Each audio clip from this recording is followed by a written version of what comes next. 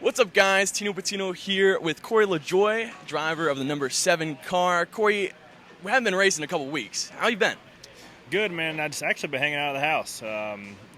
When you travel every weekend, the last thing you want to do is travel. Now, some guys went to the Caribbean, some guys went to the Bahamas, some guys went and raced some more. I kind of laid low, so I'm excited to get back here to the racetrack. Now, laid low at home and watched some Boss Baby? Watch some Boss Baby, watch some Netflix and chilled, the normal stuff. Definitely. Now, the Olympics were going on this past week. Is that something you followed at all? Yeah, so I watched about every sport there was to watch. Badminton, electric. I'll tell you what's really electric is indoor volleyball. Men's indoor volleyball. Them guys hit that volleyball unbelievably hard. Watch some of that. Watch some of water polo. You can watch sports all day long. It was quite nice. Definitely. Now, with the Olympics, we saw gymnast Simone Biles step out of some events due to her mental health. As a driver, so much pressure on you each and every week. How important is mental health to you? Everybody deals with it their own way, right? When I first started my career, you get beat down each and every week, and you got to figure out ways to cope with that. And she's on the opposite side of the spectrum where she had all the pressure of, the world on her shoulders. So, I can't even start to put myself in her position, but, she made the decisions and, that she felt like was best for her. And, I don't necessarily agree with getting praised over the certain things because you're there to compete and to do your job, but that's a difference between, being a competitor, but also being aware of, how risky of a situation you're putting yourself in. So, the media is always temperamental this time of the year, just in general, I agree with Simone Biles and her decision. I don't agree with the media giving her more praise than what she would have had she gotten a gold medal, because then that takes away the whole form of competition, and we are competitors deep down. And if somebody feels the reason to,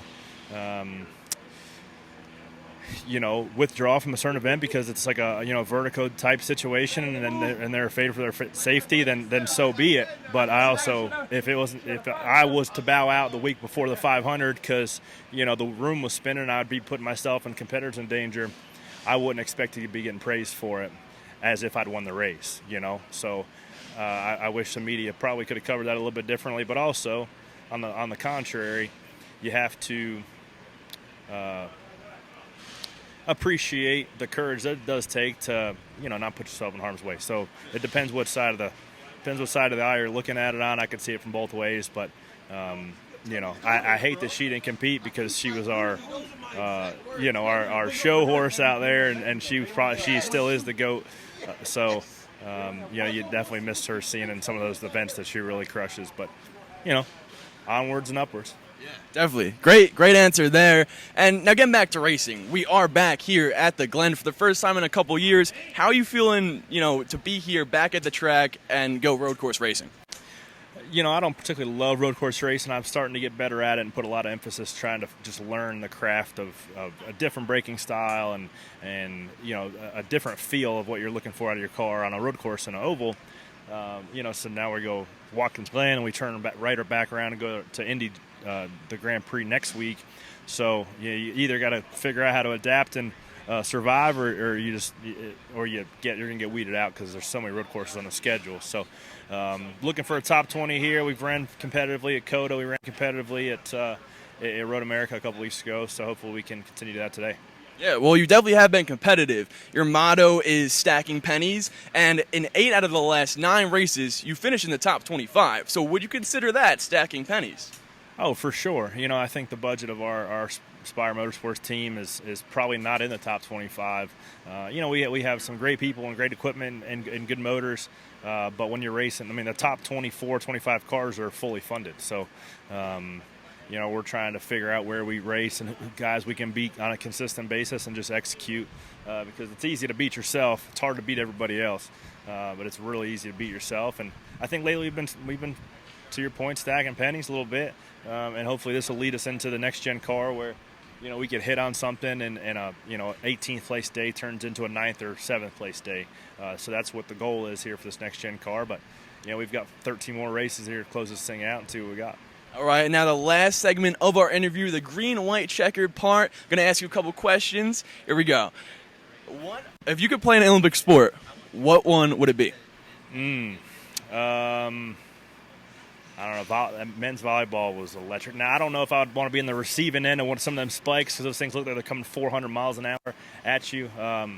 Badminton's electric. I'd probably play some badminton. Okay, going with a safer option there. Fair enough, fair enough. Now, if you're stranded on a deserted island, which driver would you least want to be stranded with? Ooh, that's a question set up for disaster. Current active driver or past driver? Current driver racing today. You're just trying to stir up some shit. I'm trying to think of like a driver who doesn't strike me as like an outdoors guy that knows how to like light a fire and has any like survival skills. Maybe Denny Hamlin? No, I feel like Denny could like fly. Like he'd have a sat phone. He'd be able to call in some supplies and some backup. I'm gonna go with, I don't know. I'm not gonna answer that because I feel like that's a question that'll get you wrecked. All right. Well, smart choice there. And lastly, Corey, you got gray hair. You got gray hair. Can we turn that into a mullet? No, my wife would. If my hair looked like yours, it wouldn't look like yours very long. My wife would cut it all off. But the flow's coming in quite nice. It's long on top, long on the sides, going for it. I don't know if I'm not sure my partners would, think of me as the mullet guy like yourself. But you pull it off quite well. Well, thank you, Corey. And thank you for your time today. Guys, it's been Corey LaJoie. Keep stacking pennies, and good luck today.